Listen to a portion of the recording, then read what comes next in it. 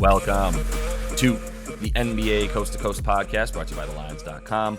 Coming to you from the West Coast, Josh Lander, joined by my guy Nate Weitzer on the East Coast. And it's time for player props here on a Tuesday night. Got a 7-game slate to choose from. Some pretty good games, I would say. Some stuff we like in here for sure. Got 4 of these props for you. Make sure to like and subscribe to that page so you can continue to follow along with us each and every weekday. We've also got a couple game videos that we're putting up for you guys as well, so check those out. Also want you to head to thelines.com. You can check out everything we're talking about here and more there in a form of written content. And then you can also use that odds finder tool to make sure you're getting the best juice back on all these bets you make in the NBA this season. Nate, let's go ahead and jump into your first NBA player prop for tonight. Yeah, going with a guy who's integral to what the Raptors do, and Scottie Barnes. They've been a little bit more balanced lately since Siakam was going off for a while, but he's been cold from the field in his last 8. Scottie averaging 17 points, 8 rebounds, and 5 assists, playing that kind of point center, point small forward role, whatever you want. And that's right in line with what he averages at home this season. At home, like many young players, far, far more efficient. He's shooting 49% from the field versus 38% on the road. Has a 117 offensive rating at home and a 97 on the road. And he's facing the Hornets tonight, a team that on the road just never even brings the defense. In their last 9 road games, they're playing at a 104 pace, which is just money for all your peripheral stats. I think you can take Barnes any way you slice it here. 16 points, sure. 23.5 points rebounds I like a lot here. I mean, this Hornets team that gives up the second most rebounds, 4th most assists, and 3rd most points. So across the board. And then you're not getting great odds, but 11.5 rebounds assists is probably the most likely here, since Scottie, like you're saying, is about a 13 rebound and assist guy. The Hornets do give up the most defensive rebounds per game because they are bad shooting, in addition to playing at a ridiculous pace. Scottie's defensive rebounding rate is up. And last year, as a rookie, he averaged 21.5 points per game against Charlotte in 2 matchups. So he can clearly get it done down low against this team, and he will also fill up the other stat line. Yeah, I love the rebounds for sure. A ton with in this game. I think there's going to be plenty of them. As you mentioned, Charlotte's insane pace and putrid offense this season. A lot of chuckers, a lot of guys allowing you to get some defensive boards for sure. So I'm going to move on to my guy, Jordan Clarkson. I say my guy because we went to the same school, MIZ, go Mizzou. 24.5 points and assists for Jay Clark tonight, minus 113 on FanDuel. You can get him to get over 20.5 points. So the 21 points is minus 105 actually. I like throwing the assists in there too. Kelly Olynyk's not playing tonight. No Colin Sexton continues to be out. So I think, there's something to be said for adding those. In his last 7, he's got 21 a game, but the 4.5 assists as well is what I'm really looking at. A bit more of a facilitator. Definitely getting the minutes too, which is always a thing with him. If he's just staying in the game, then he's going to continue to get those assists, I think, a bit more. Without Kelly O this season, he's actually up in numbers, 23 a game and 5 assists in those games as well. Mike Conley played in all 5 of those or 4 of those games rather that Kelly Olynyk missed this season. So it's not like Jordan Clarkson's assists are affected by Conley being in the game necessarily, especially when he takes over that second unit for a while. And versus the Cavs, since leaving the team, he does have 3 games where he had a few duds, but he only played 20 minutes or less in those games when he was a member of the Jazz. 13 points and 5 assists in those games, but in the last 2 actually that he played against them, where he's been getting all the minutes for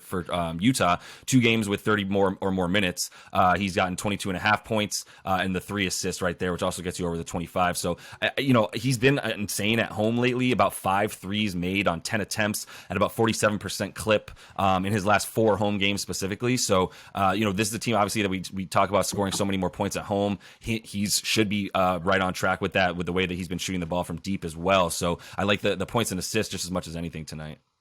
Yeah, and if you like the over, like we say in the game video, 227, we're going to need Clarkson to go over 20 points. I'm surprised you threw the assists in there since you like to talk about how much he chucks, but he is getting those numbers right now. And yeah, I mean, he did have a good game in Cleveland, as did Lauri Markkanen. It's just that the rest of the team didn't produce, but I think at home they should be much more well-rounded. in this matchup. And Well, I should have said you're right, because I didn't know quite this. I hadn't seen the stat yet that you brought up, which was 4.8 threes made in his last 4 home games, which leads me to go 2.5 threes made is his prop on DK at plus 110. That seems like maybe where we should have even started a bit more with the points and the threes made in this one. oh yeah, love that. Love that plus odds there. Yeah, you can't really score on inside on Cleveland that much, but they're Exactly. dead last almost in 3-point percentage allowed on the road. Yep. This third one is not for the faint of heart, but if you want a little bit of plus juice here, DK is offering plus 105 for SGA to go under 29.5 points. I, once again, would tack on 10 peripherals and for a safety bet here and go under 39.5 PRA because he is not producing a ton of peripheral stats, especially on the road. His last 5, he's getting just 7 rebounds and assists combined, basically.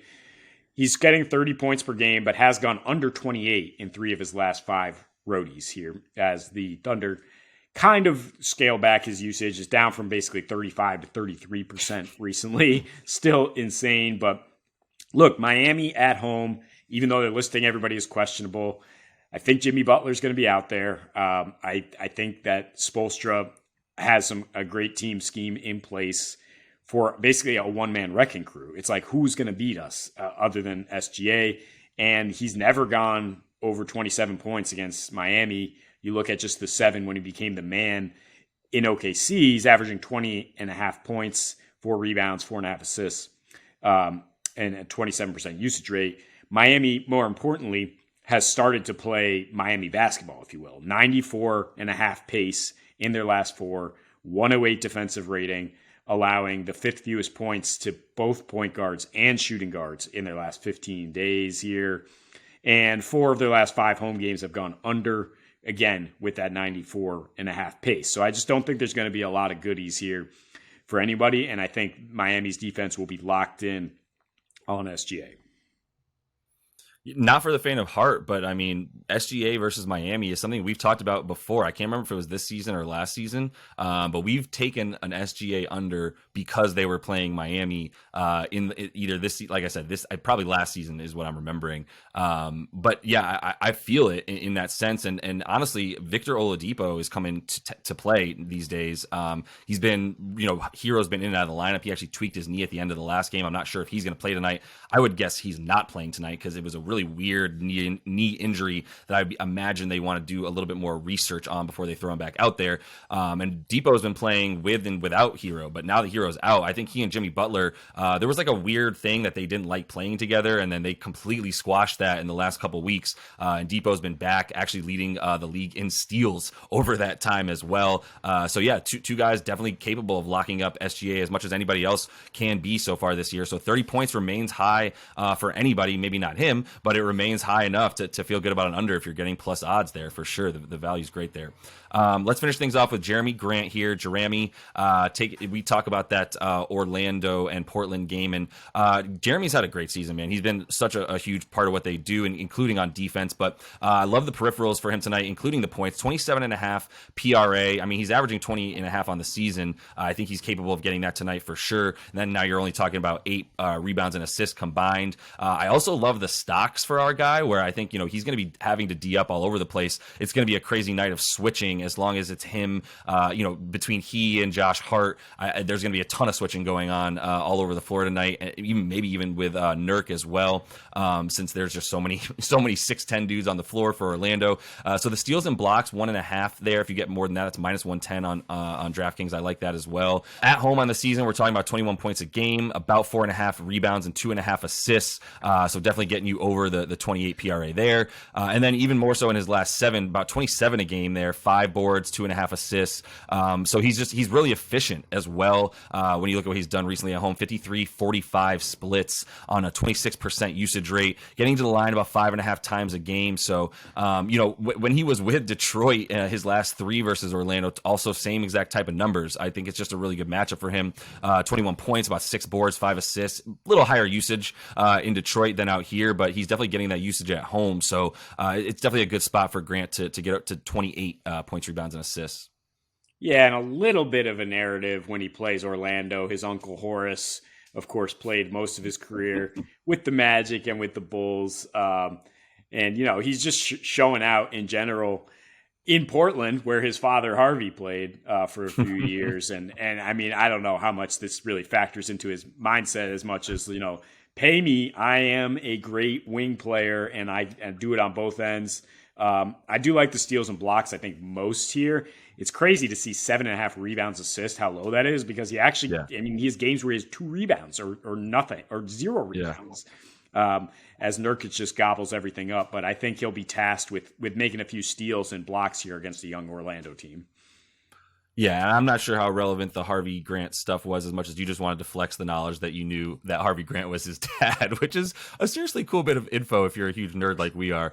At any rate, that is all the time we have for you today. Make sure to like and subscribe to that page. Continue to follow along with us. Got those game videos up for you today as well. Until we see you next, happy betting.